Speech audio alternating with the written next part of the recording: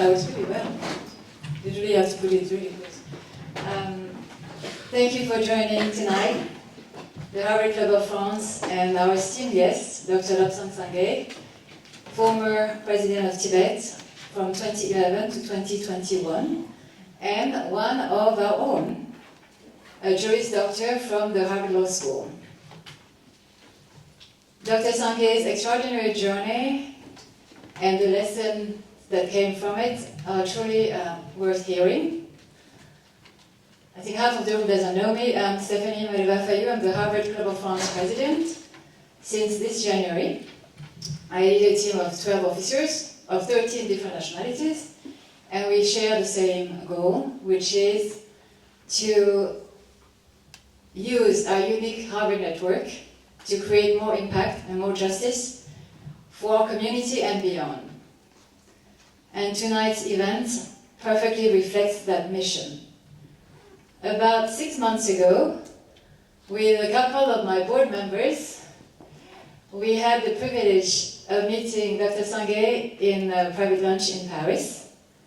And we were really fascinated and touched by his story and his unwavering dedication to a country that he didn't even have the right to visit, and his vision of leadership and democracy. So naturally we thought, I think our community should hear from him. So when he graciously accepted, we were really thrilled. But there was one of the hardest, I think the hardest event to organize. Saying that it wasn't easy is a euphemism. I think I never had to organize an event that was so hard. We knew the date, we had months to prepare, and yet we couldn't find a single institution, company, school, willing to host us. We knocked on dozens of doors, they all remained closed, until we found this place, the Lazarus Congregation, thanks to one of our alumni that I do not see in the room yet, also Harvard Law School, who had this contact. We were even, that experience really showed us something about the power, the strength of the Chinese soft power. But beyond that, it also showed us the more quiet and pervasive power of fear. The fear of not conforming, the fear of standing out, the fear of speaking up. We were even encouraged to give up. But just as we stood firm in hosting the director of Amnesty International last March, or a former socialist presidential candidate last June, we also refused this time to give up on Tibet. Because in today's world that is increasingly divided, peace and justice won't be achieved if we don't have the courage to stand by our values. And by our Harvard and Alma Mater's motto, Veritas. So we may not please everyone, but at least we can stand proud that we are aligned with our values and what matters. So tonight's event honors that, the courage and truth, to stand for both. Thank you.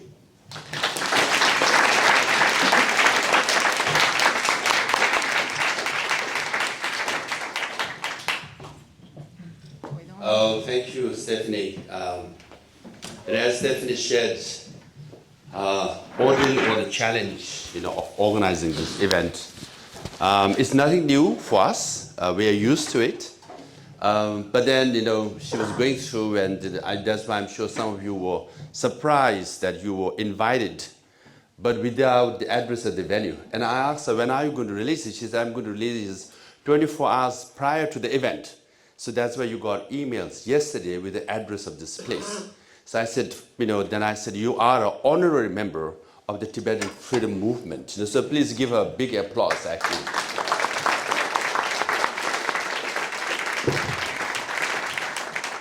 So I'm glad the event that we're having, it's karmic that we're having in the classroom. Glad it's not in a company or some major auditorium whose sponsors and funder or the trustees would have some, influence. And we have been through this, cancellations at the last moment. And I have been to various capitals where, I have appointment to meet the Speaker of the Parliament. And just before, we walk from the hotel, we get a call saying meeting is cancelled. Then I can give you many, many stories. In fact, can I be a little more controversial? I'll share with you a detail of her. The foreign minister of Norway. Norway used to give $100,000 or $200,000 a year to the Tibetan government exile.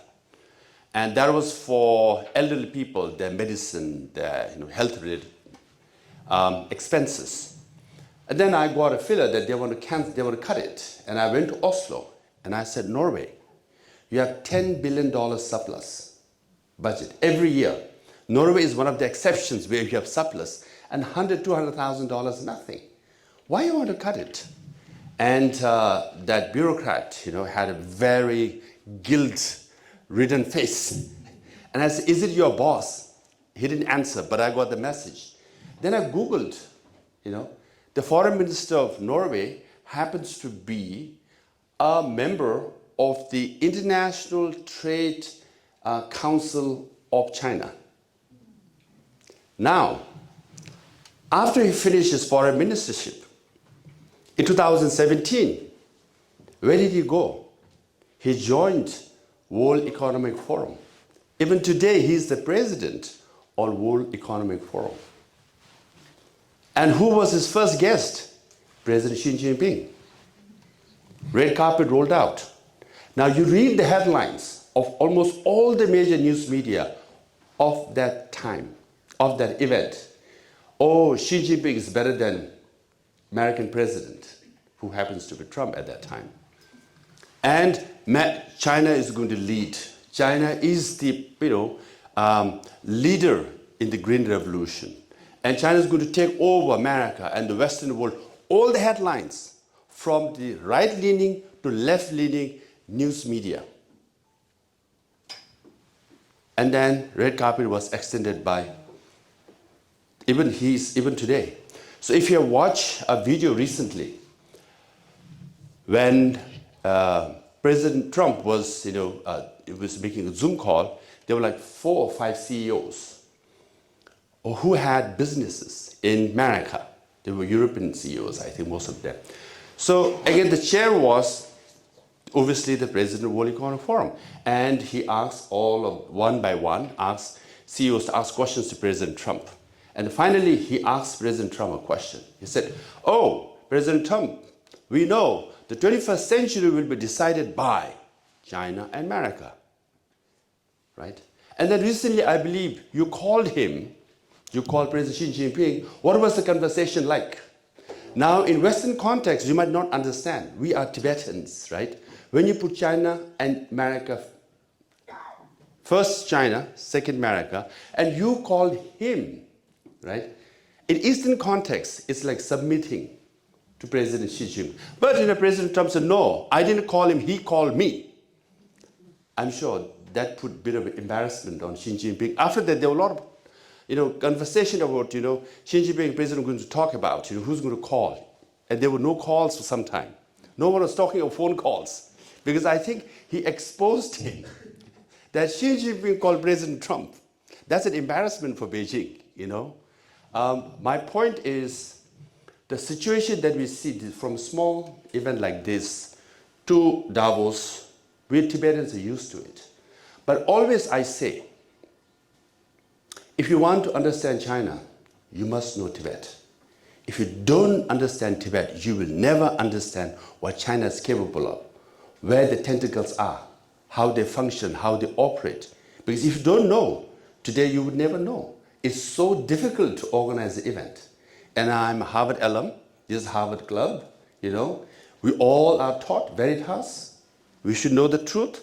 We should explore. There should not be any fear. But this event reflects not our situation. Tibet is under occupation, but your situation, status of France, the environment in France. So what happened to us is happening to you. Now the choice is similar. Should we stop? Because, I get intimidated, I get followed, I have had protests with 50 Chinese students and scholars outside University of Toronto with Chinese national flag singing national anthem. In law school in Cape Town, in Africa, of all the places, okay?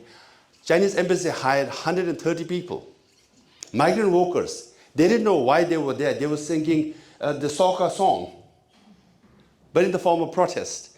And then as I walked, and then literally they stormed the campus, they stormed the auditorium, they still even stormed the stage. Thankfully, that's where you hide the address, so they didn't have time to organize it. So you did the right thing, So and I had to speak in alternate room. And then as I was walking out, the university law school, it literally had to hire, security people to escort me out. As I was going out, when the door opened, as soon as the door opened, I could see several Chinese, maybe 24 or so, with cameras on, taking photographs. Now I had to think, how am I going to look? I should not be hiding and dodging and running. That'll be a bad video. It will go viral for sure, right? So what I did, I gave V sign, the correct way, yeah, not the Churchill, which is the wrong one. That would send the wrong message. I gave V sign, and the two of them followed me all the way to the car. And I kept smiling, I gave V sign. And then the next day, Chinese embassy issued a press release saying, oh, this visit is bad for South Africa and China's relationship. It's such an embarrassment. I will cause disunity and all that. But they didn't have a photograph of me running away. Just a statement, which was so boring that no one read anyways, So my point is, we go through this. And then, it clearly shows the tentacles of Beijing is everywhere, including in France and in Paris. And now I thought of speaking at the end, but I can speak at the beginning. We have two incidents here, partly funded by French government, two museums. They changed the name. It was Tibet Museum. They call it Xizang Museum because the Chinese government, now they want to erase the word Tibet to Xizang. And the museum agreed, both the museums agreed. And it was called Xizang. And the students of Free Tibet, some of them are here, they protested. And there were 10,000 people came out in the streets saying, you can't do this, you can't erase our identity, The term Tibet and Tibetan, in French also, it's like hundreds of years old. Many missionaries went to Tibet. Many scholars went to Tibet. And the term Tibet is, everybody knows this, right? But they want to erase it and call it Xizang. And the French government-funded museum agreed to that and changed it. And the younger generation mainly, they fought very hard. They managed to reverse one museum. But this is the other museum. It's still refused to reverse it back to Tibet. So, Stephanie, you won this battle, but there's another battle right here in Paris. Now, I am actually, because I'm more of an extempore speaker, so I just get up and speak, So, Stephanie started that, so I, started. Now, I'm given a very difficult task to speak about my journey from a refugee camp to Harvard and getting elected as the Prime Minister, later President of Tibetan government exile, how to run the government exile. And then I'm supposed to talk about environment, why Tibet is so important. And then also about reincarnation. So I'm assigned 3.5 topics in 30 minutes by none other than a very dynamic but tough president of Harvard Club, Stephanie. So I'll try to do that. So like any refugees, my parents fled Tibet in 1959 with the Dalai Lama, 80,000 of them. And then I grew up in a very small village in Darjeeling. I'm in Europe, so in America, when you say Darjeeling, no one will know. But Europe, you drink tea, right? So some of you will know at least. Some of you are nodding head, that's good. So I'm actually, our refugee camp was next to a tea garden.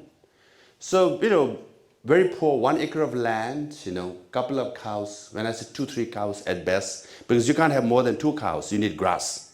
That means you need someone to cut grass, 3 cows is a stretch, a dozen, 2 dozen chicken. So in a sense, poor family, typical refugees. And then, then I studied in Tibet Refugee School, which again is subsidized by the Indian government, but run by Tibetans. So I'm a product of Tibet Refugee School. When I talk of Tibetan government exile, it's the only government in exile which is functioning, which is effective, with our own schools, with our own hospitals, with our own foreign the office around the world, and monasteries and nunneries, with only $50 million budget. We take care of 200,000 people and offices of Tibet around the world, and 70 or so primary, middle, and high schools. So it's the most effective one and democratically elected as well. But then the refugee school, So we were very poor. We had 1 pair of pants and 1 shirt at most, or a jacket from the parents could provide you. But then the school used to give us 1 pair of pants, cotton. The quality was so poor that if you wash it once, it shrinks by 1 inch. As you can see from my height, I was growing 1 or 2 inches a year, and my pant was shrinking 1 inch or 2 inch each time I wash it, So you have to wash it at least twice a year, So it shrinks by 2 inches, and I grow by 2 inches. So my pant used to come all the way to knees, my own knees. So now it's a fashionable thing. Those days it wasn't. So I, again, ate lentil soup and rice every day for dinner for 10 years. That was a dinner. And food quality was quite bad. I can give you all the details, but the Russian and all that. And then I went to Delhi University. So I'll cut the story quite short. So I barely spoke English. And then I was good at memorizing things. So then I went to law school in Delhi. And in my first year, there was one guy. He was very popular. He was surrounded by all the beautiful girls and boys of the school. And I said, who's that guy? He's Chaudhary. And I said, who's Chaudhary? Oh, you don't know? He's the prince of the campus. I said, why he's prince of the campus? He's going to Harvard Law School next year. I said, what is Harvard Law School? Where is Harvard Law School? It's the first time I'm hearing it, He said, you don't know, that's the best law school in America. I said, I better go there. And then after I finished my LLB, 3rd year, I applied to 9 law schools in America. All rejected me. And I said, you know what? They are wrong, I'm right. We have refugees means, you have a nomadic mindset, There's only plan 1. There's no plan 2. You have to keep marching forward. My plan B was 1 acre of land and 2, 3 cows, No plan at all. Kept marching forward.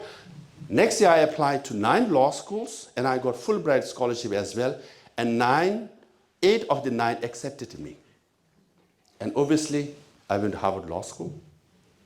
And I did my master's, and then I did my doctorate degree. They said to get a doctorate degree is very important, difficult. I said, oh, it's difficult, I better get it. And then, oh, getting a doctorate degree and getting a fellowship at Harvard Law School is very difficult, more difficult. Oh, it's more difficult, I better get it, I got it. Then in 2011, there was a position for the Prime Minister of Tibetan government exile. Then he said, everybody said, it's impossible for you, Lobsang. My mother loves me the most. Even she was hesitant. But then Harvard does it, right? Harvard always tells you, you are the best, you are the brightest of the world, you can do anything. I believed Harvard propaganda.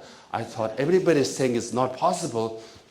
Harvard says I can do it, so I should try. But then oddly, I never took classes on election or administration or finance or nothing. I was with Tibetans, we were obsessed with China. I used to frequent Fairbanks Center, Yanqing Center, Asia Center, anything to do with China. If there's a conference, any Chinese scholars coming, I used to attend all the classes. Never went to candidate school, business school or engineering school or nothing like that. But then now I had to run for an election.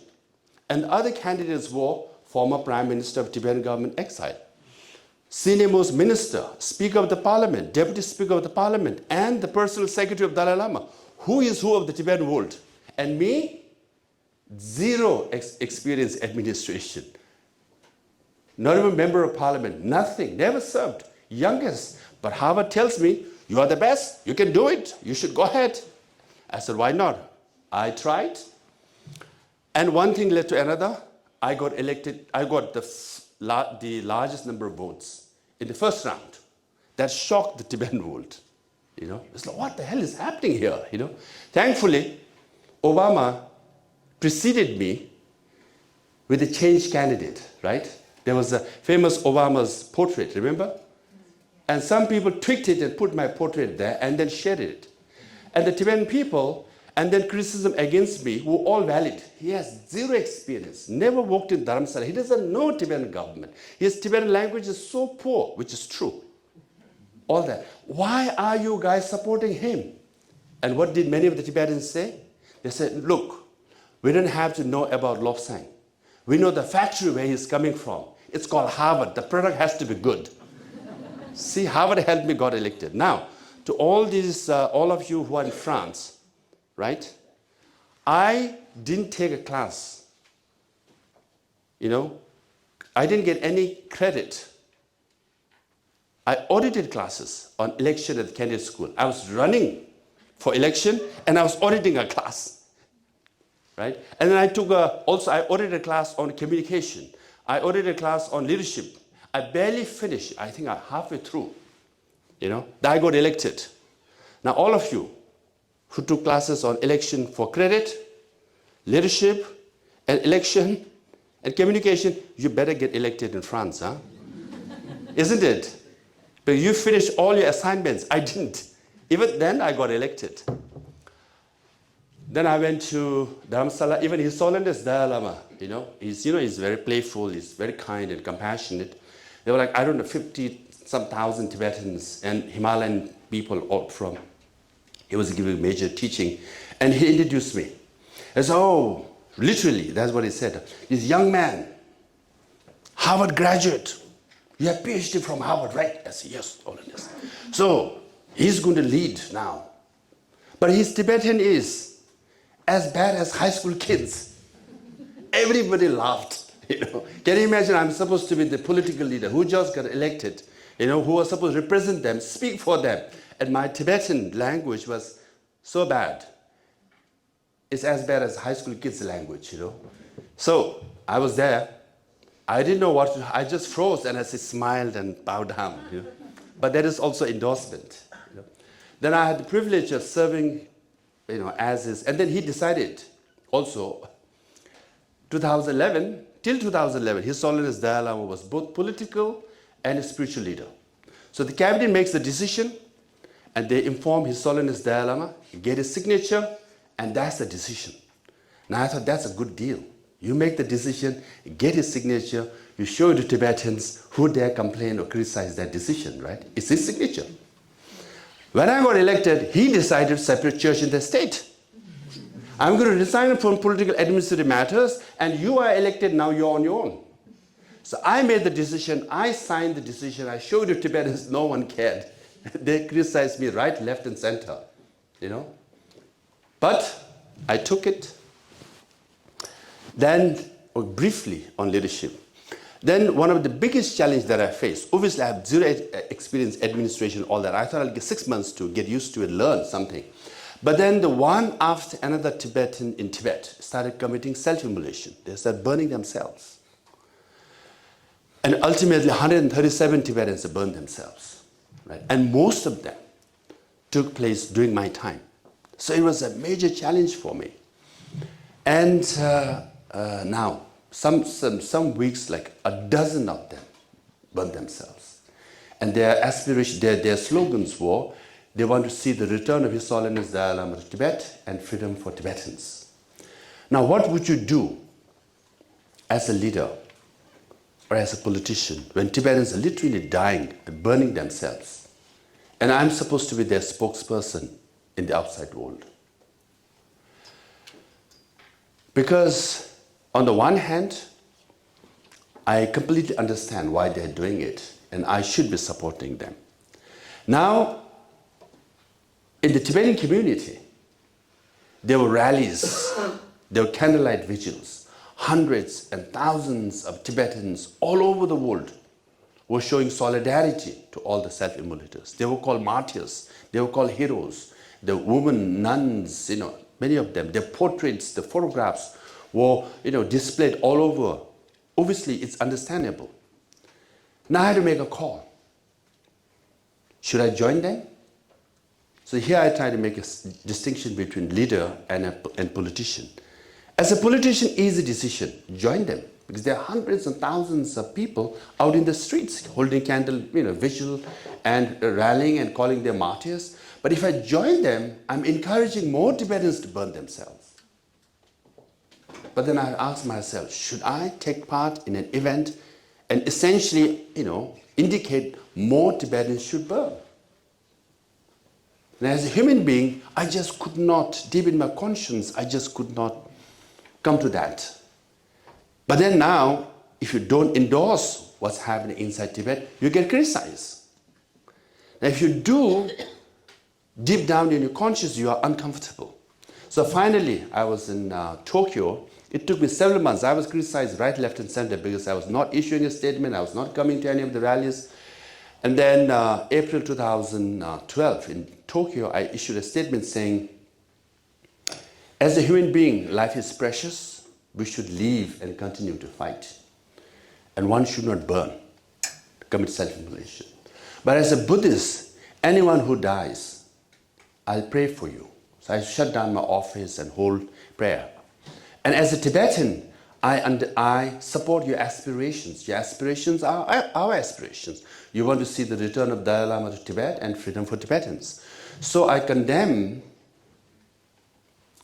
and appeal for the stoppage or end of self-immolation, but I supported the aspiration. Very difficult.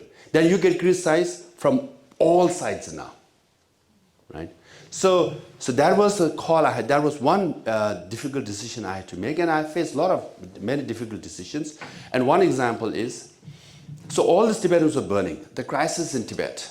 And I used to go to Washington, D.C., now Washington, D.C. being the most powerful country, to seek the support. But I was banned or not allowed to enter the White House and State Department.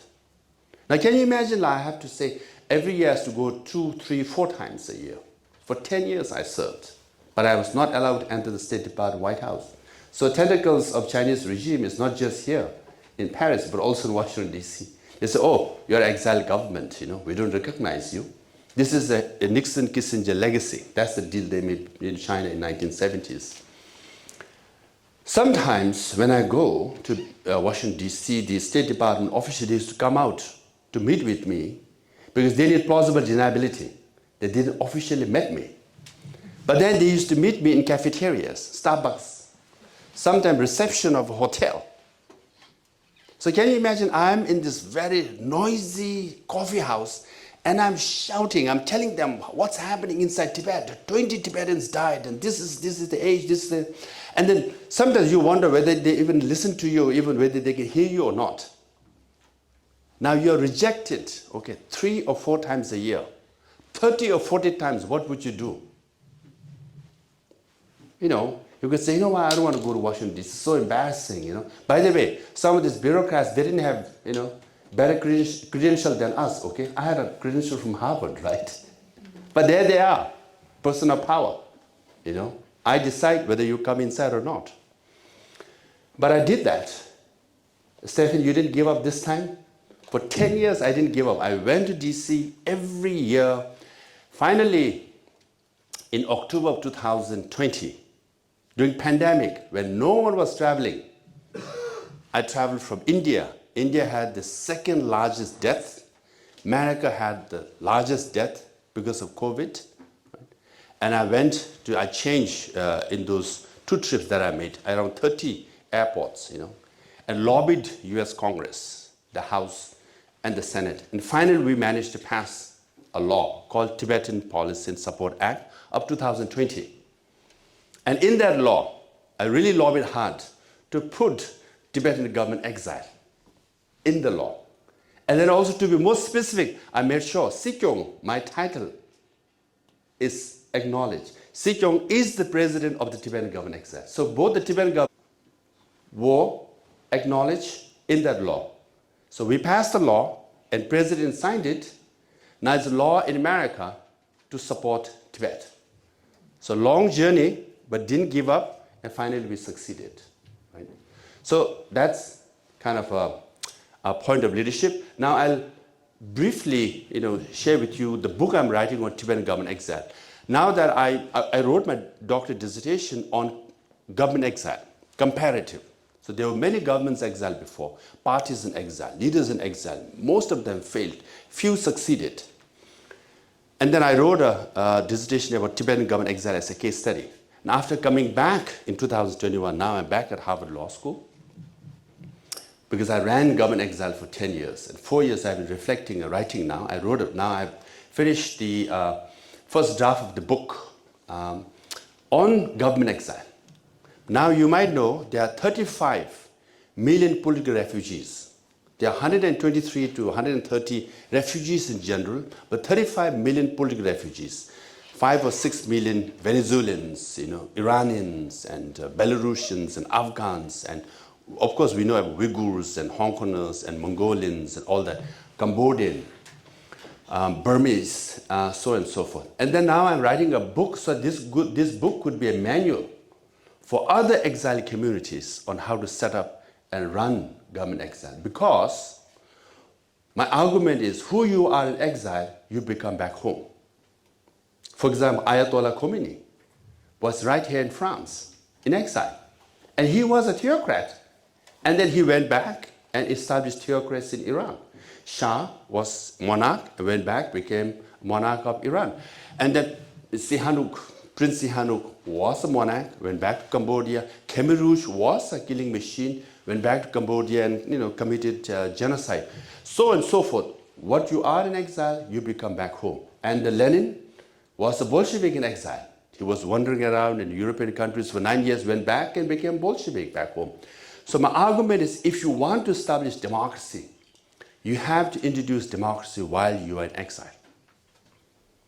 Because again, the Western training, I've got a lot of trainings and communication, education, workshop on movements and activism, things like that. At the moment, the whole focus of all these trainings are to remove dictators. Go out in the street, organize rallies, remove dictators. No one teaches you how to replace dictators. So that's why we have removed so many dictators. Gaddafi is gone, Saddam Hussein is gone, Hosni Mubarak of Egypt is gone. You just name it. Tunisia, so many dictators were removed right in front of our eyes in the last 10 years.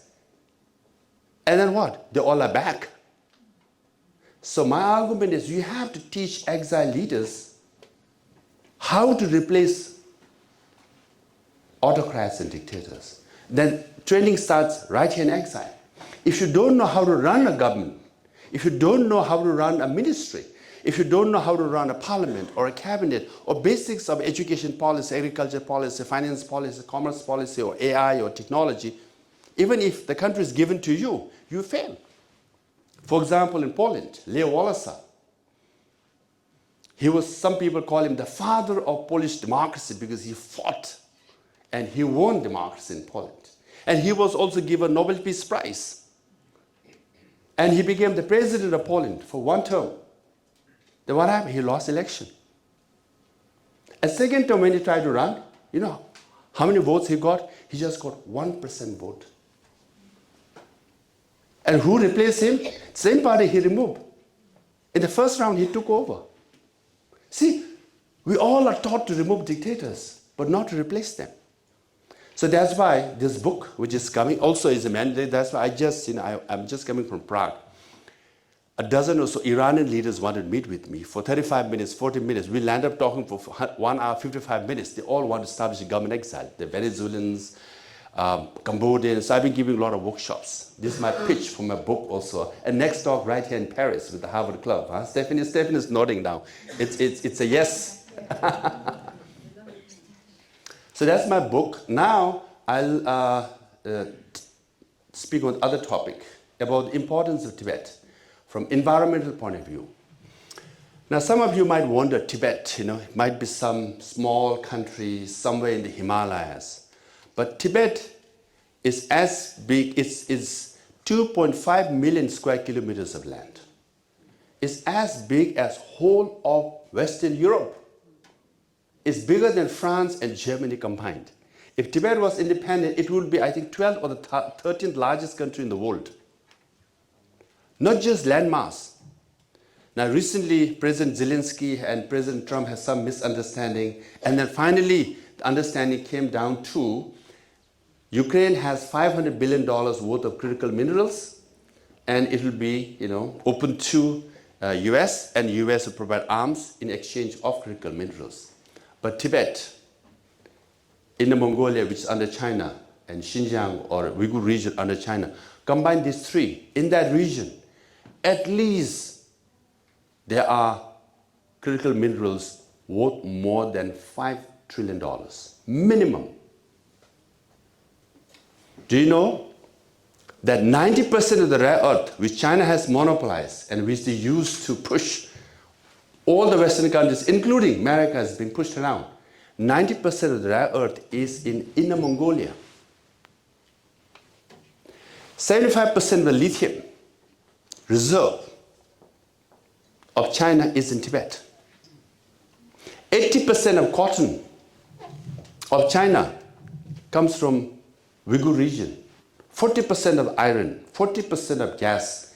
So you can, and the Tibet has uranium, lithium, borax, gold, copper, second largest mining company in, mining. It's in Zomda area in Tibet.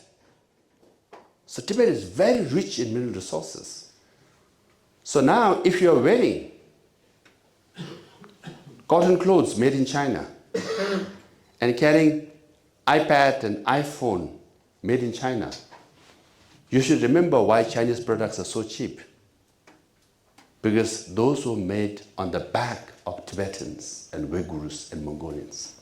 So that's why it's so cheap. Because they exploit our mining, our critical minerals, and Tibetans don't get compensated. Uyghurs don't get compensated. In fact, 2 million or so Uyghurs are put in labor camp. So, you must understand that Tibet is also rich as far as water is concerned. We have first pole and second pole, and Tibet is called the third pole. Why? Because after Antarctic and Arctic, Tibet has the largest number of glaciers, and Tibet is the source of major rivers of Asia. 6 or 7 biggest rivers of Asia flow from Tibet. Now, China, the proper main China, historically, for thousands of years, 90% of the Han Chinese live between Yangtze River and Yellow River. Yellow River is the cradle of Chinese civilization. Both of them flow from Tibet. And we have all heard of Mekong River, right? Mekong Delta. And we have a gentleman here who has done a documentary on it. The source of Mekong River is in Tibet. Irrawaddy River, Salween River, lifeline for Southeast Asia, all originate in Tibet. Indus River, Satluj River, lifeline for India and Pakistan, flow from Tibet. Brahmaputra River, lifeline for India's northeast and Bangladesh, flow from Tibet. Now, because Harvard graduate, let me try to make a big academic and from geopolitical point of view, World Economic Forum published a report in 2015, and they listed 10 crises, and number 1 crisis was water. UN Secretary General Kofi Annan, Ban Ki-moon, Boutros Ghali, all have said there will be war over water. And it's the truth, because we have 8 billion people now. By 2100, it's projected to have 10 billion people, of which 5.6 billion will be in Asia, of which 60% live in urban areas. Now, if you live in urban areas, what do you need? Water and food. And food also needs water. And Tibet is the source of water. And conveniently, China has not signed UN Convention on water sharing. So they are not obligated to share water with the rest of the neighboring countries. That's why we pay money to buy water. But had Tibetans were wise enough, we were less Buddhist and more enterprising, we should have sold water to all the neighboring countries. We could have been one of the richest countries as well. Now, China has weaponized water on the Tibetan plateau. China has built medium to large number of 300 medium to large number of dams. Now, Tibetans, we don't need any more energy because we have surplus of energy. We have 6 million people, enough. But then China is building the biggest dam, the bigger than Three Gorges Dam on Brahmaputra River, right at the border of India. It is becoming a big issue in South Asia, especially in India, right at the border.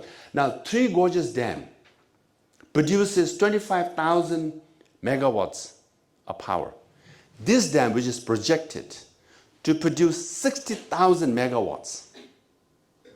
Brazil had the largest dam before, which was surpassed by Yangtze, the Three Gorges Dam. Now, this will be the biggest.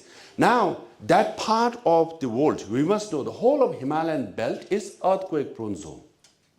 So that's why recently we read about earthquake in Afghanistan, earthquake in Pakistan, earthquake in Nepal, earthquake in Burma, earthquake inside Tibet, earthquake, all these earthquakes are happening in the last 10 years, and 3 or 4 of them in the last 1 year. Why? More dams you build, you hold water, and water sifts through in simple language, and it cracks. It's a seismic zone. To make a long story, 50 million years ago, Tibet was a lowland, fertile land. We were enjoying everything that nature can provide. But then this Indian plate, somewhere from Madagascar or Australia, came up, this whole landmass, and hit the, Eurasian plate, Tibet, and kept pushing us up. For 50 million years, then we became mountains. Even today, the Mount Everest increases by few centimeters every year. Because why? This Indian plate, which came to us and hit us 50 million years ago, was still pushing us up. That's why it's a seismic zone. More dams you build, more earthquakes you have. So simply from that angle, it's an environmental disaster. But now they have built 300 medium and large. Why? Because they want to generate power. Power for what? For Chinese factories. For Chinese mining purposes. Now increasingly for AI. To advance in AI, you need data centers. For data centers, you need energy. And then now we are Tibetans and Tibetan Plateau is exploited at a huge cost. Now, most importantly, I make this argument. Tibetan Plateau is more important than Antarctic and Arctic. But there's Western bias. They cover so much about Antarctic and Arctic because it looks beautiful to see these glaciers crashing in the sea, But then when this glaciers crashes in the sea, it goes to ocean. It's a salt water. It's not drinkable.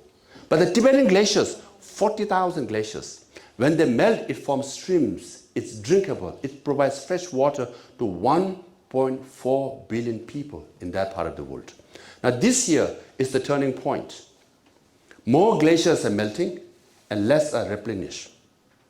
This is the year, critical phase. So now we have to imagine Mount Everest without snow down the line.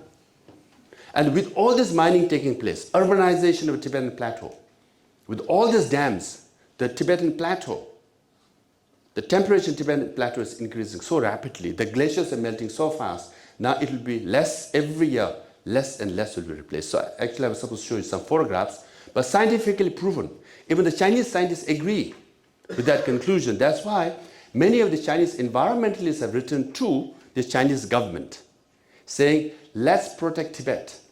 Let's call Tibet a third pole national park because for our water's sake, we have to protect Tibet. But then Chinese government is not listening to them as well. So now I cover the second topic of the class, Madam Professor. Now finally the third one, reincarnation of the Dalai Lama. Now I'm sure reincarnation is an esoteric term, and as you can clearly see, I'm not a monk. I can explain to you how it's related to conscience and karma and actions and all that. all that aside. But whether you believe in religion or not, reincarnation in simple terms, it simply means this. I am Dalai Lama. I have right to choose where to be born, when to be born. It's my personal choice. That's it. We all have personal freedom and personal choice. That we must be allowed to. Dalai Lama is simply saying this. It's my personal choice. And he has chosen, or he has declared his choice. In the book, Voice for the Voiceless, he has said, I will not be born in China. Because for a religious leader to practice, you need freedom. There is no freedom in China. China has vilified him for the last 60 years. They have criticized, called him all kinds of names, even continues to criticize today. And Communist Party of China has declared that religion is poison. Yet, they want to select the separatist reincarnation from a poisonous source. Because Chinese government doesn't care about reincarnation. What they are interested is in the office of the Dalai Lama. They don't care who the Dalai Lama is, whether it's a French or Spanish or a girl or boy or Chinese, they don't care. They just want a puppet. But they want to use the office to do what? Here, the geopolitical significance comes into play. And then I'll connect reincarnation of Dalai Lama with the Ukraine war and Putin. You might wonder, how are this all connected? Now, Dalai Lama is followed by Buddhists in the whole of Himalayan belt. Of course, in India, but whole of Himalaya, from Ladakh to Himachal to Nepal, Bhutan, Sikkim, all the way to Arunachal, whole belt are largely Buddhist. They all regard Dalai Lama as their teacher. The Chinese government wants to control a puppet Dalai Lama so they can tell this Himalayan region to lean towards China away from India. Now up north is Tibet. Now they have their puppet Dalai Lama. They can tell Tibetans, hey, the one born outside is fake. This one is real because we selected this one and Tibetans should follow him. Up north of Tibet is Inner Mongolia where 90% of the rare earth is. They want the Dalai Lama. They all follow Dalai Lama again, the Mongolians. They want Dalai Lama to say, oh, rare earth should be used by Chinese government and at the cost of Mongolians. You do you, we will uproot you from grassland. We will, pollute your water and air. But Dalai Lama will say, yeah, what the Chinese government is doing good. You're wrong. You should lose and, Chinese companies should benefit. Up north is Outer Mongolia or Independent Mongolia. They also follow Dalai Lama as their teacher. Can you imagine landmass from Himalaya to Tibet to Inner Mongolia to Outer Mongolia? Now up north is Russia. There are 3 republics in Russia, Buret, Tuva and Kalmyk. All follow Buddhism and all regard Dalai Lama as a root teacher. So you can imagine the landmass. And Southeast Asia, all Buddhist countries. So Dalai Lama's influence, the significance, that's why the Chinese government is so interested to hold over next Dalai Lama. Now, China wants to influence and control Russia.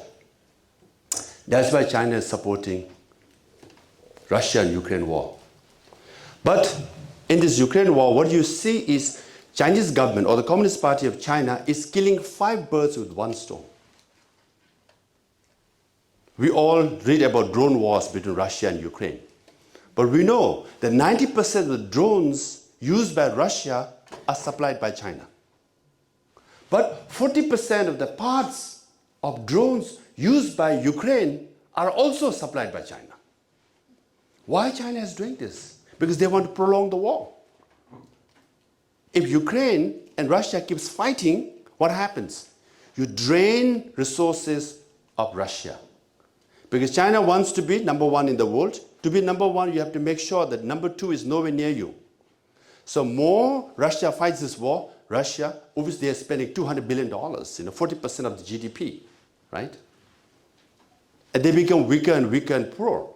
And what happens in Central Asia, Uzbekistan, Kazakhstan, they all used to lean towards Russia, are now leaning towards China. You just, I watched this Shanghai Cooperation meeting recently in Beijing, and all the leaders go to China.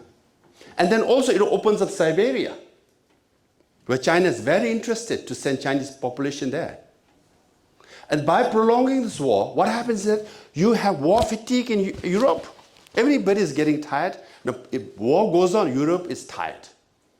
Why China wants to have war fatigue in Europe? Because when China invades Taiwan, some say Davidson window, this is Pacific Command of America, and CIA chief all have said 2027 is likely scenario where Chinese capacity will overtake America's capacity. Whether it will happen in 2027 or not is different matter, but it will happen. Because Chinese government has declared so, and I've been to Taiwan, they also agree so, and the military preparation of China is towards that goal. Now, when China finally invades or attacks Taiwan, what happens? NATO and Europe will be not in a position to support war fatigue, exhaustion of resources, and America will be left alone. And who in Asia will support America? Maybe Japan, maybe Korea, maybe Philippines. But right here in Ukraine, NATO members, 28 countries are not able to win the war. If America goes there with America, if America goes there with 4 or 5 countries of Asia, who do you think will prevail over Taiwan? Now, how many birds China killed? Ukraine and Europe, right? Russia, Taiwan, America, also reincarnation. Because China wants Russia to remain dependent for a long time. So that when the Dalai Lama's reincarnation issue comes up, China is already telling Russia to follow China's selected fake Dalai Lama. All these 3 republics, they all follow Dalai Lama as a real teacher. But Dalai Lama is denied visa for the last 10 years. They want him to come. So where do these, Tuban and the Buret and Kalmyk people come? They come to right here in Europe, in Latvia, somewhere. When Dalai Lama comes here, they go to Sikh teachings here. They come to India. But the teacher is denied visa to go to Russia. So, for us also, I went to Ukraine. I spent 36 hours in Ukraine, Kyiv, to show my solidarity because we want Ukraine to win. If Ukraine wins, Russia will be free, Russia will be less dependent on China, then perhaps less influence over the selection of the next Dalai Lama. So this is being played out. And then we can see it happening. So that's why, let me end with what I said at the beginning. If you want to understand China, you must understand Tibet. If you don't understand Tibet, you will never understand China. The perspective I provided you is a bit different than the normal headlines that you read in news media. So what Stephanie did, I'm so proud that Harvard Club of France stood up, against the tentacles, insidious tentacles of Communist Party. And we will continue to do that. Because this is a big challenge, We know, because I studied democracy, there are more non-democratic countries in the world than democratic countries, right? Democracy backsliding. It's a fact. Why? It's a part of the same wave. China, Venezuela, they're part of the same wave. They supply weapons, they supply, surveillance cameras, they supply, the military infrastructure. I mean, even Paris, there is a police station, Chinese police station in Paris. Do you know that? Yes. Yeah. Tibetans and Chinese all are followed and tracked, harassed. There's a Chinese police station in New York. And I found it odd that a US congressman was outside protesting. We were to remove this Chinese police station from, New York. Can you imagine? Chinese police stations are in 62 countries. Chinese surveillance systems are sold in 92 countries. So what happened to Tibet 60 years ago continues even today. Now what happened to us is happening to you all. So it's your choice now to stand by the values of French Revolution. Liberty is at stake. Thank you.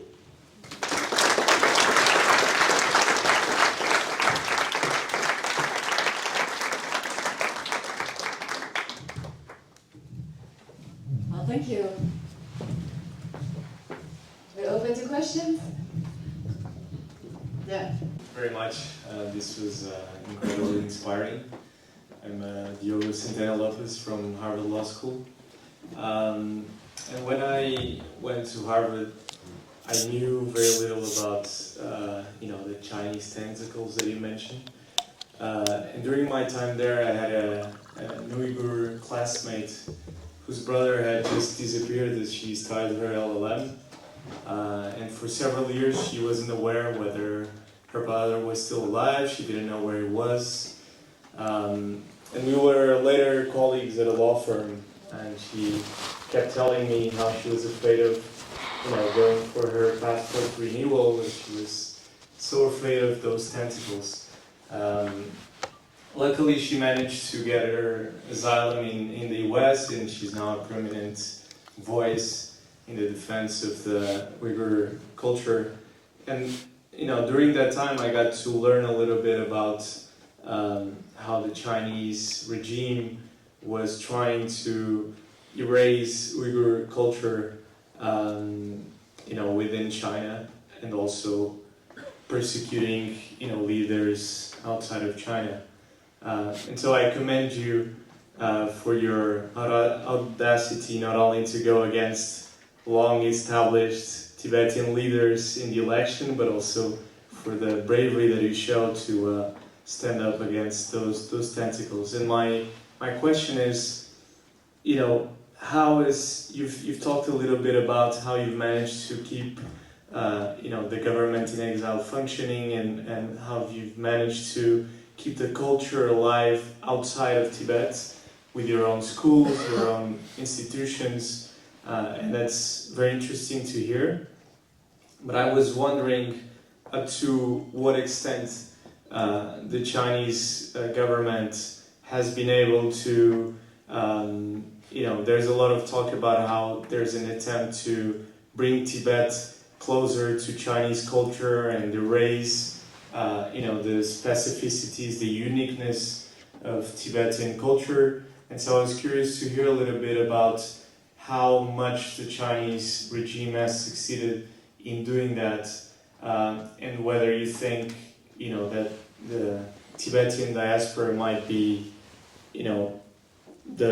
might be more helpful in keeping that culture alive than people who are being oppressed and persecuted within Tibetan territory. Thank you. That's a very good question. Yeah. You can hear me, right? At the back. Okay. That's a very good question. Yes, I have, I was in Prague for Forum 2000. I have Uyghur friends, and Hong Kongers, and we all are, part of the same movement. It's not an alliance, but use this. Can you hear me at the back with this? Not so, okay. Okay. I have to be loud, I think this also hacked somewhere from Beijing, I think. How is it possible that in France that the microphone doesn't work? Yeah. So I just came from Prague Forum 2000, Uyghurs and, the Taiwanese and Hong Kongers, we all are friends. And I've been working on this issue for a long time.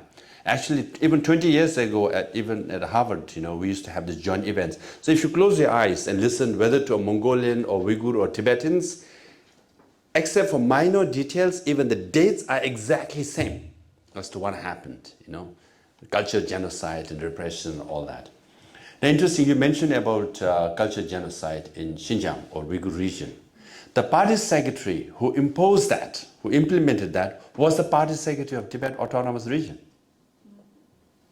So what he did in Tibet over 6 years, he tried to do it in 18 months and he got caught. But now, the deputy party secretary of Tibet Autonomous Region is now the party secretary of Tibet. So it's, interchangeable for Chinese government. So what's happening in Xinjiang is just being magnified and covered, which is good, but it happens in all the minority areas. Now, ultimately, Chinese government, we must understand, Chinese government, they believe, the term China means Tungguo, the Middle Kingdom, right? They are the middle of the universe. Rest are all barbarians. So Tibetans were barbarians, Mongolians were barbarians, Uyghurs were barbarians. So we had to be civilized.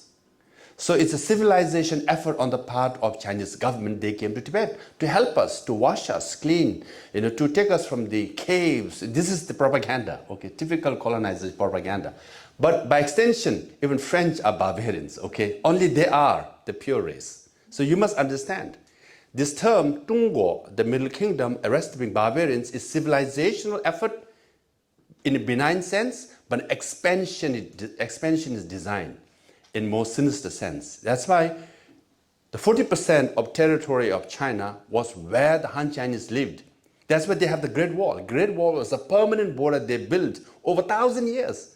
Now, outside of Great Wall is Inner Mongolia. They occupied it. Manchuria has occupied it. Now, if you ask how come the Great Wall of Mongolia was the border of 1,000 years, and that's what Chinese historians say, inside Great Wall is China.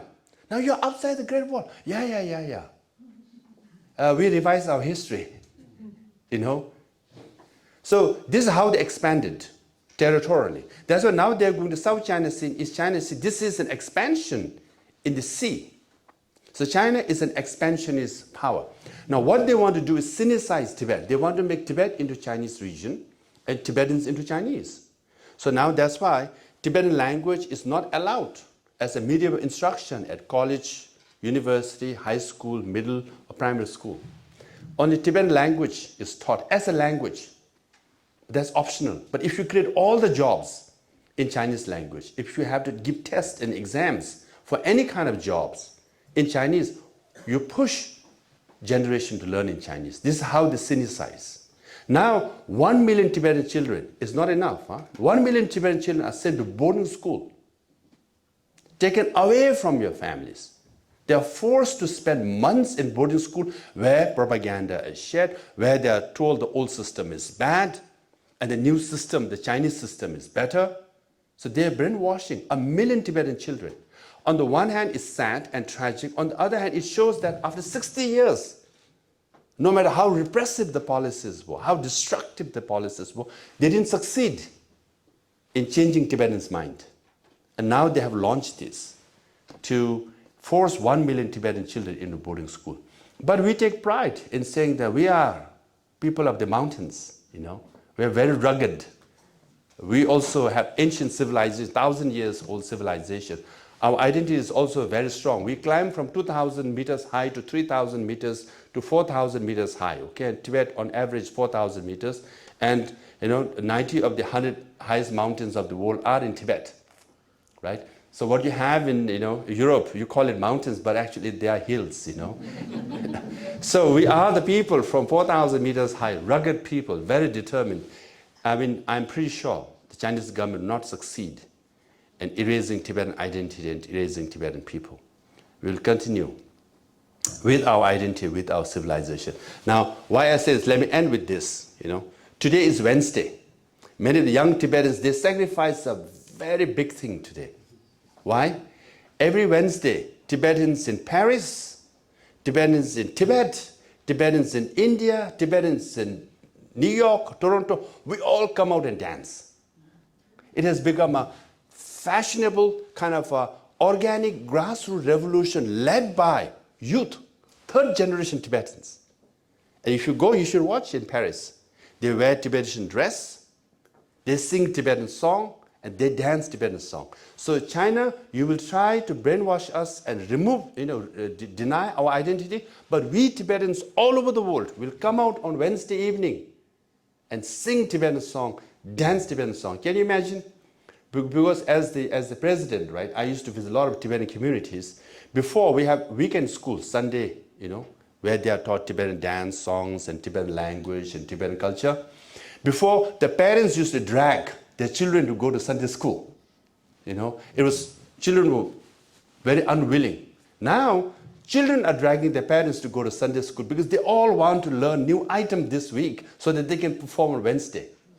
Assertion of Tibetan identity is taking right here in Paris and all over the world by third generation of Tibetans.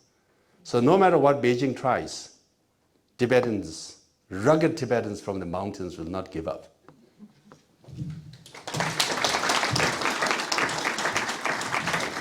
Are we going to get a demonstration? We have a lot of young Tibetans here. Well, thank you very much for your time, and I want to apologize in advance if my question sounds provocative, but as a government in exile, how do you apprehend the connections you have with the territory of Tibet, and that actually, as a sovereign nation, you lack?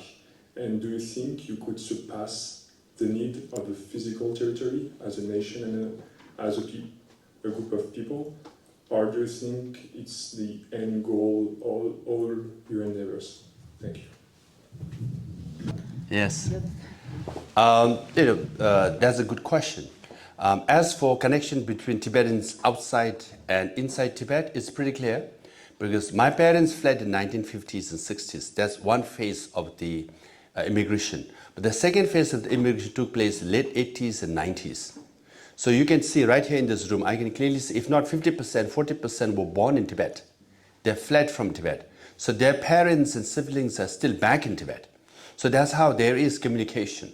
So that's how our legitimacy of government exile is. Tibetans inside Tibet think it's better to go to exile, literally cross the mountains, from the base camp of Mount Everest. In winter, that's when they cross over in the Himalayas and to Nepal. And then many of them die, actually. Many of them, come with frostbites and lose their hands and, fingers. Still, they make the trek to come to India, seek education in the schools and monasteries run by or overseen by Tibetan government exile. So that's our legitimacy. And it will continue, So even though we are in exile, we are in France, they all are connected. So obviously there's a firewall. They try to censor us. They shut down internet. And all your phone calls are listened to. But we have ways of communicating. So when your siblings and relatives call you and say, oh, the doctor visited recently, but it was for an old ailment, not a new disease, means, the police came. Asking our old case of your disappearance. So they say, it's nothing new, means, and then they say, oh, yeah, I didn't take any medication, means he or she didn't have to visit prison. So, I used to receive a flower, Someone says, oh, I talked to my sibling today, and then she came to my office and said, oh, they told me to give the flower to the big chieftain and the new chieftain, the young chieftain. I was the young chieftain. From inside Tibet, they just call and wish. And then, so someone from Tibet wanted to give a chieftain. And then, if I may put on my American hat, there are a lot of Tibetans. I'm supposed to be humble and humility, not supposed to show off. Many, singers, artists in Tibet sang songs mentioning my name. Many of them went to prison. So that shows that after my election, when a singer sings a song, means it's part of the popular culture. But they go to prison. Obviously there's hundreds of songs mentioning His Holiness Dalai Lama. And it's still few songs that they are mentioning my name. That clearly shows the connection and legitimacy. Yeah. So it's not an end. Also, often I'm asked this, oh, China is so powerful, do you have any shot, We are Buddhists, we believe in impermanence. Nothing is permanent. In 20th century, 8 empires collapsed, including French Empire, British Empire, Russian Empire, Ottoman Empire, Empires come and go. We human beings live, and we'll continue to fight.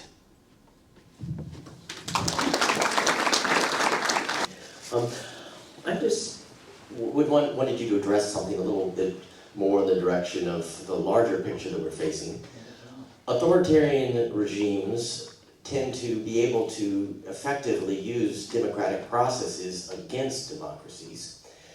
And in the future of Tibet, there's either a democratic or a mystical process, which is even more potentially exploitable.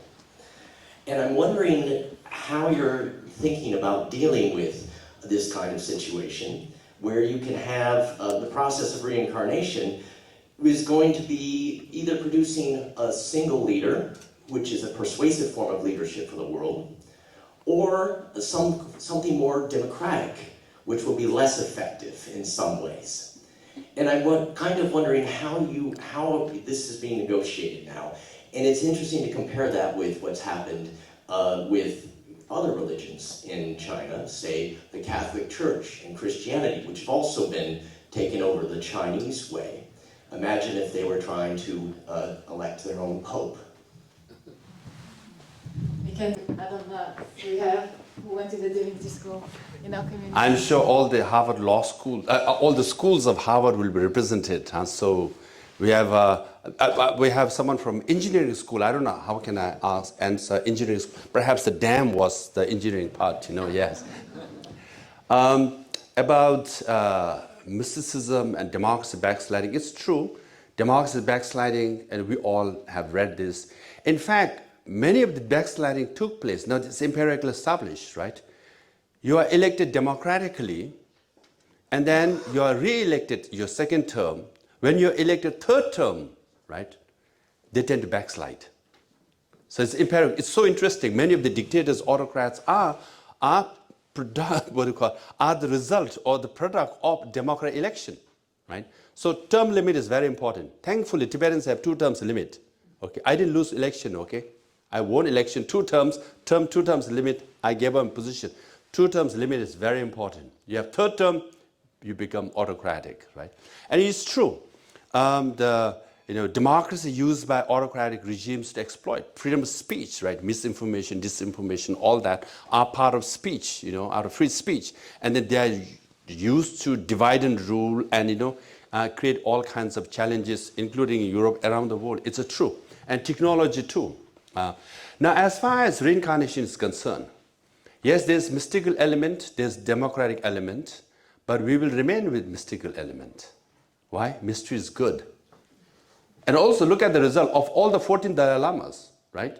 Those who lived long, now 4 of them died young, 9, 10, 11, 12. Why? When the Chinese interfered, 9, 10, 11, 12, they all died young. So if they interfere this time, that Dalai Lama, the fake one, is going to die young too, sadly, because 4 of them died young. Now, remaining 10, all successful. Even the 6th Dalai Lama, who was a poet, he loved, I think, visiting bars. Not as beautiful as Paris, but he loved visiting bars of Lhasa. And he had a favorite opera singer or 2. But he turned out to be a great poet. Even he's a success story. So if you have 10 out of 10, why not go with the mystical process? So we will go with the mystical process. So His Holiness Dalai Lama, again, this is so important. Now, in July, he issued a statement on his reincarnation. And there are 5 paragraphs. 3rd paragraph is most important. Because he issued a first statement on reincarnation in 2011. And then in the 3rd paragraph, it says, 3rd paragraph, in the last 14 years, requests and appeals were made from inside Tibet by Tibetans, and Chinese Buddhists in China too, and from Mongolia, from whole of the Himalayan region, and all the way to Russia, from around the world, that the reincarnation should continue. And I hereby, as a teacher, have decided the reincarnation of Dalai Lama to continue. So this is very important. Reincarnation does not take place in vacuum. First, there has to be a teacher-student relationship. It's the students who has to make the appeal. Or we like you, the teacher, so much, we want you to continue. If there's a bad teacher, we say goodbye. We don't want you to continue. And many of the reincarnated lamas who happen to lose their ways have been disbanded in our history. So we have a very democratic, transparent way of weeding out the bad and the good lamas. It's very democratic. You are a bad lama, even your followers will disband you and say goodbye to you, will abandon you. Now with the Dalai Lamas, because the appeals were made in the last 14 years from all over the world, and here as a teacher is saying, okay, if you want me so much, then I will come back. Not that I'll come back for my own selfish reason. Now this is very important. But Chinese government or the Communist Party of China, no one is asking them. In fact, we are saying, don't do it. It's none of your business. No, we want to do it. No followers are asking, but they want to say, yes, we will impose a teacher. See, even procedurally, there's a contradiction. Now, we want to believe in again, it's democratic. Now, His Holiness, the Dalai Lama, when he died, they appointed region or region C, and they say, I hereby authorize these people to go find my reincarnation. So it's very democratic. It's the followers who first make the request, and the teacher says, democratically, I hereby authorize one lama or few lamas to lead the search party. So there's legitimization from the students, and there is a legitimization, authorization from the teacher. And that group or lama will go and search. So there's a clear transition of the mysticism from students to the teacher, teacher to the search committee. And then we find the next Dalai Lama. So there's a long process. There's a, what I call similarity and familiarity test. It's very difficult. It's much difficult than civil exams of France. Which means the search parties will go all over. In this case, they will also come to France maybe. And then these search committees are led by not the big shots, but by personal attendants of the Dalai Lama. His cook, his personal assistant, those who know the Dalai Lama so well, when they see a boy, they will say, oh, his characteristics is so similar to the previous Dalai Lama. And that boy also has to some way acknowledge or recognize that person. So you have to go through this familiarity, similarity test, and then all the attendants come back and say, this boy is so similar, and boy finds me so familiar, and this data will be collected. And they go through this process of from 20, they'll come down to 3. And there's a divination, and you pray. And then finally you settle on 1. So there's both democratic process and mystical process. And we have not been wrong. 10 out of 10. We got it right, and we'll get the 11th one also right, except for the 4. The Chinese interfered.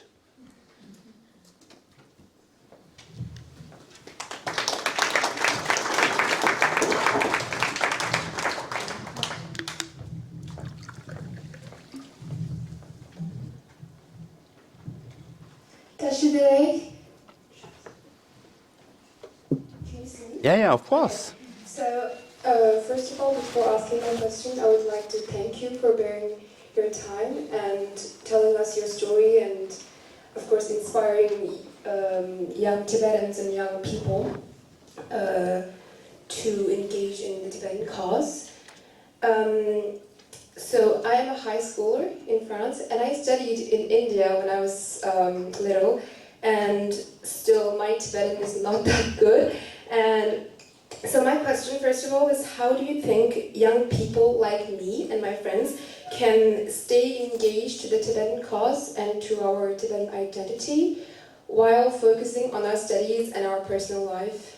And another question, what do you think makes a student stand out in a place like Harvard? And I was also very inspired by your determination when you talked about your application process for American universities and how you were rejected the first time. And that was the first time I heard about this because I talk about politics and political figures of Tibet and other countries with my parents a lot, and I never heard about this. So this is the part that I was quite shocked and also very inspired. Thank you.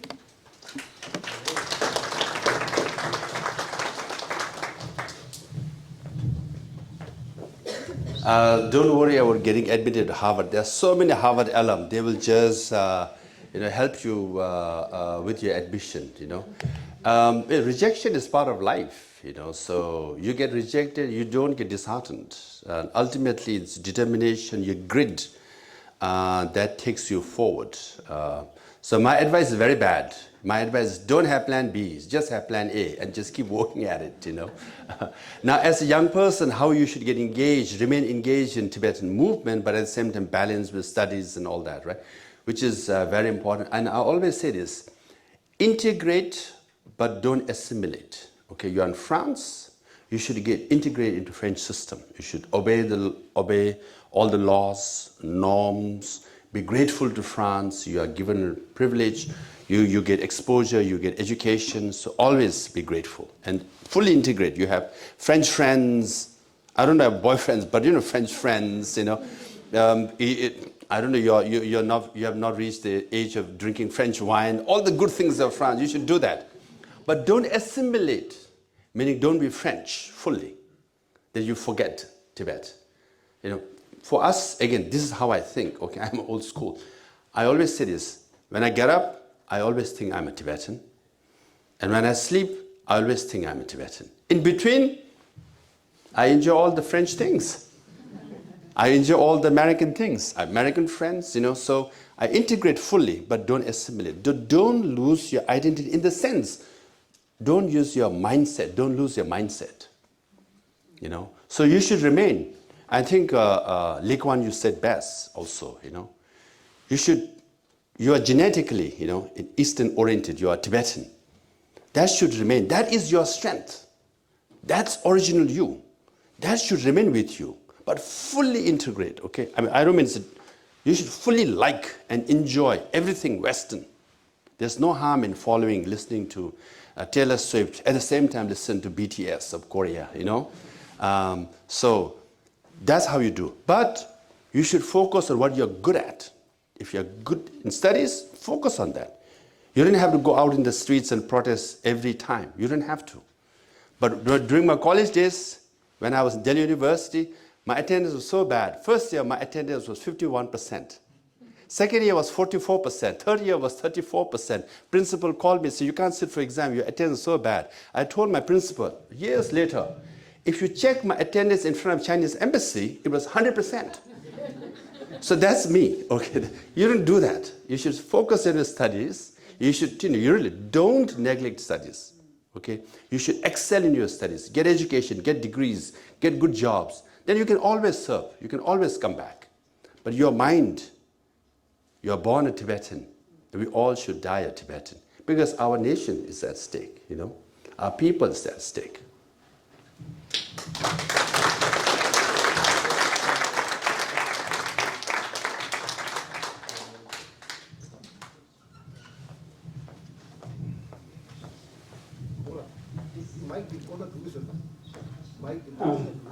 Thank you to the organizer of this conference.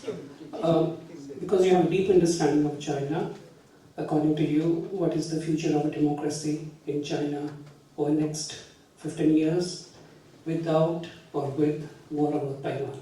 Thank you. Let me try this. Is it loud enough? Not loud enough? Yeah? It's loud enough. Okay. Okay. It's loud enough, right, at the back? Can you hear me clearly? Okay. I'll do the third world style. Keep the mic close to my mouth. Yeah. Now, democratization of China will happen because there's two narratives, right? One narrative is China has, you know, economically boomed and surpassing everything, which is all true. Engineering. I think I'll use the other one. Yeah. Because you have to pull this wire, no? I think I just feel Beijing is pulling me back, you know, so. It was working. Yeah. Yes, China has made achieved major milestones. One fact, which is everybody says, 600 million Chinese were elevated from, you know, severe poverty.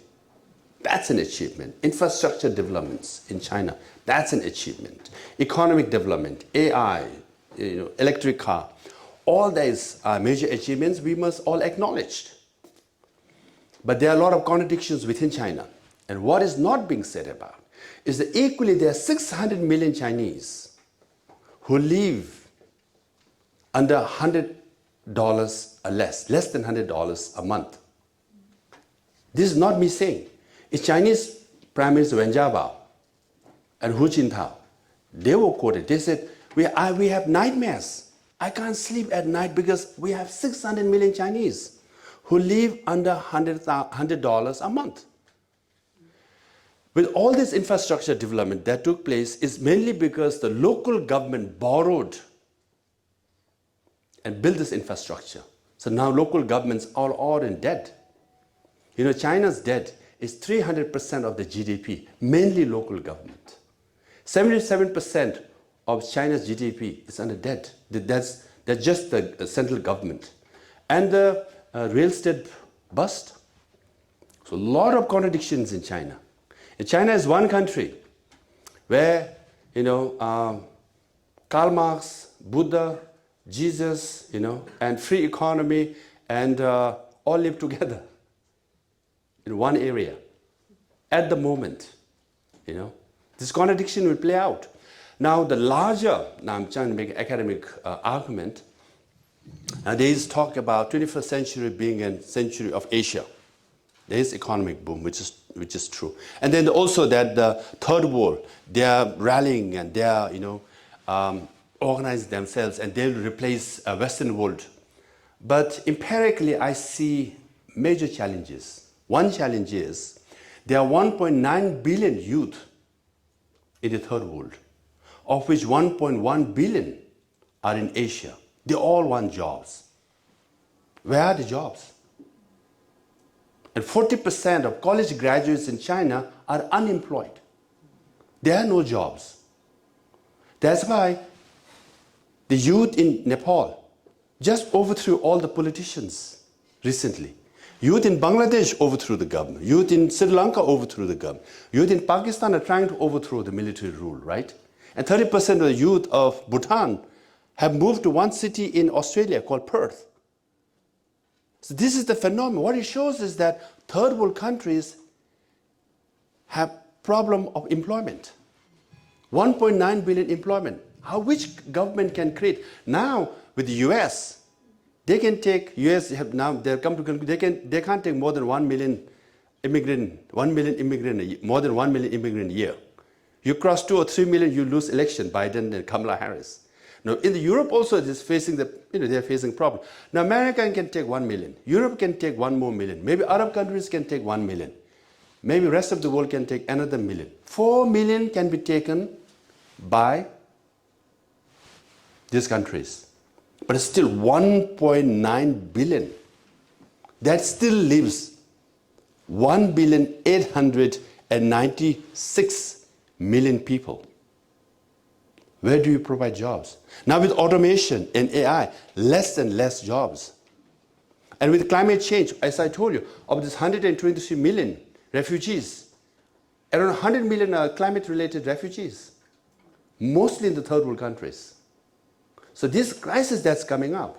Now if youth in Nepal are overthrowing politicians, sooner or later it will catch up in China. Local government is bankrupt, bubble. So at the moment, the high-tech, more electric car, all that, solar panel, so there's one aspect of economy. It's improving. Now with tariff, it's hitting them very hard. Because now Europe and America are closing the premium market. Chinese products, if they can sell it to Europe and America, you can sell it at a very high price.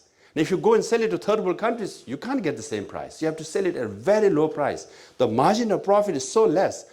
Had it not been the subsidies given by the Chinese government, it will all be at loss. So that aspect of China, no one talks about. So I think I'm not just saying China, it's just the third world countries. You don't create jobs, they'll overthrow you, and democracy is bound to come. Sorry for a sobering analysis.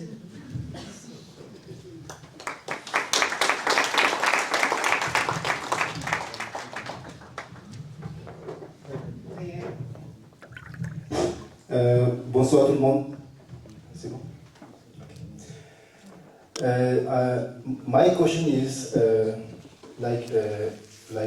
Sisul, you said that the construction of dam in our country in Tibet, the three gorge dam.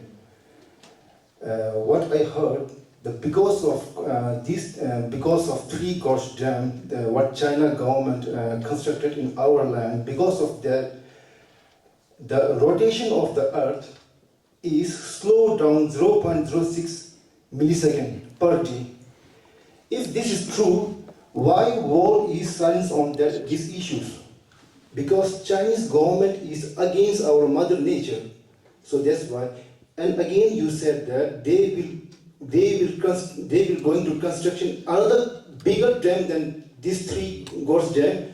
Then what will impact on our nature? This is my question. Thank you so much.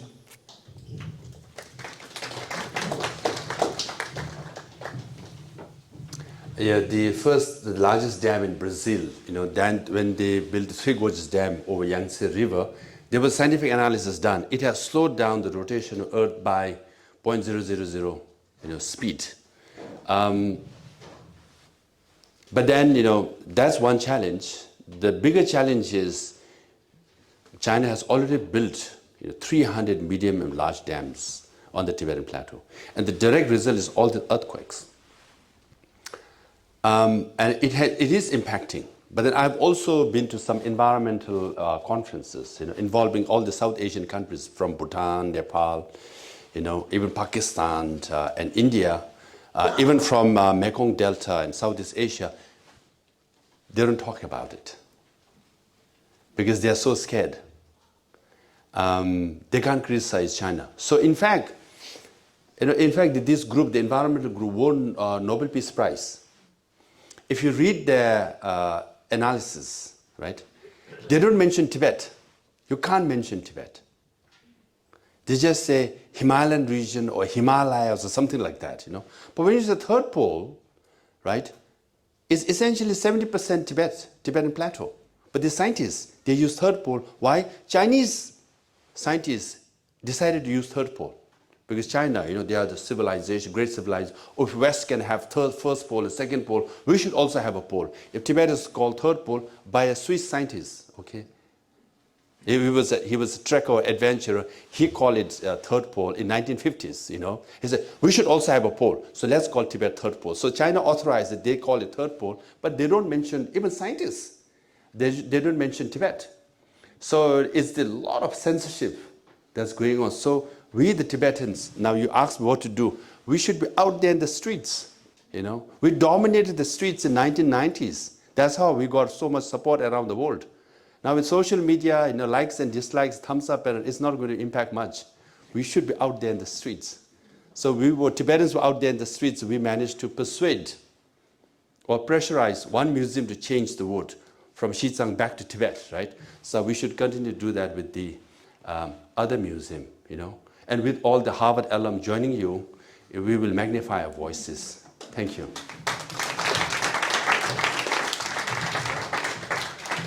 Okay, one last or two questions. Yeah, there's one. From people. Yeah, Tibetans come slowly, but when they come full speed. Huh?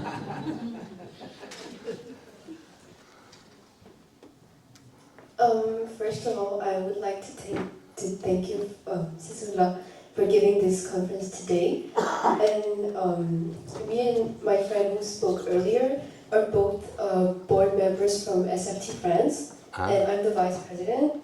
And we are very dedicated to the Tibetan cause. So I was thinking about the recent fight for the when you rephrase that. So recently there was the French museum case. So we fought a lot for this for like the past year. So my question is a bit personal. Sorry. I would like to pursue law studies abroad because I want my future career to be related to I would fight for Tibet, and because I want to make a living from it. So my question is, how can I align my studies to the Tibetan cause?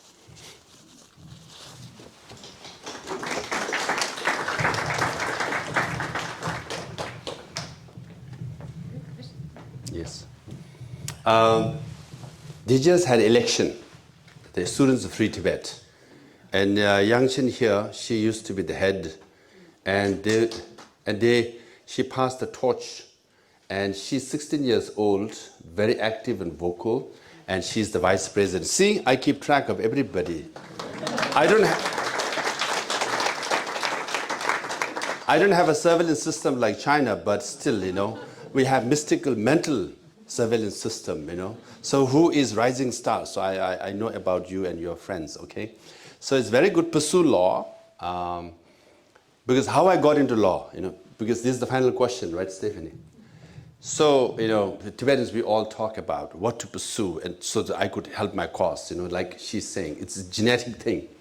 And then one day a group of elderly Tibetans talking to themselves.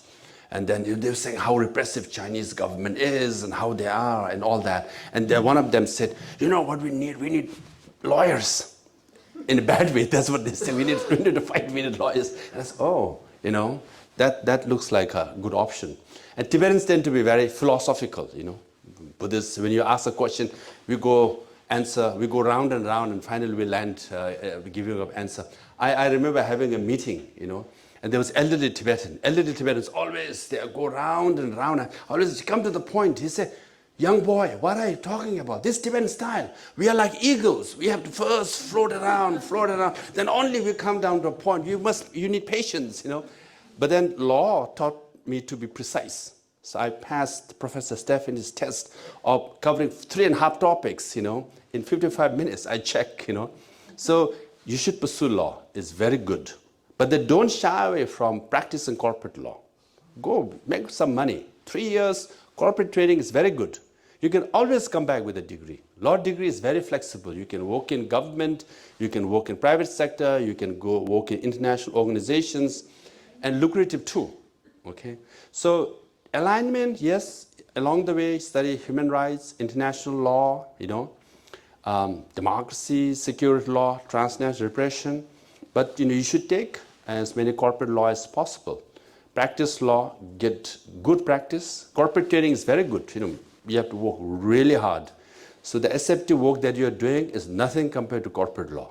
After 3 years, you'll be so capable, so efficient, that will contribute majorly for the Tibetan cause. So I can see a bright, you know, future in the Tibetan movement because young people like them, you know. You all are getting better education, better exposure, better determination, and that's why I said, you know, we will prevail.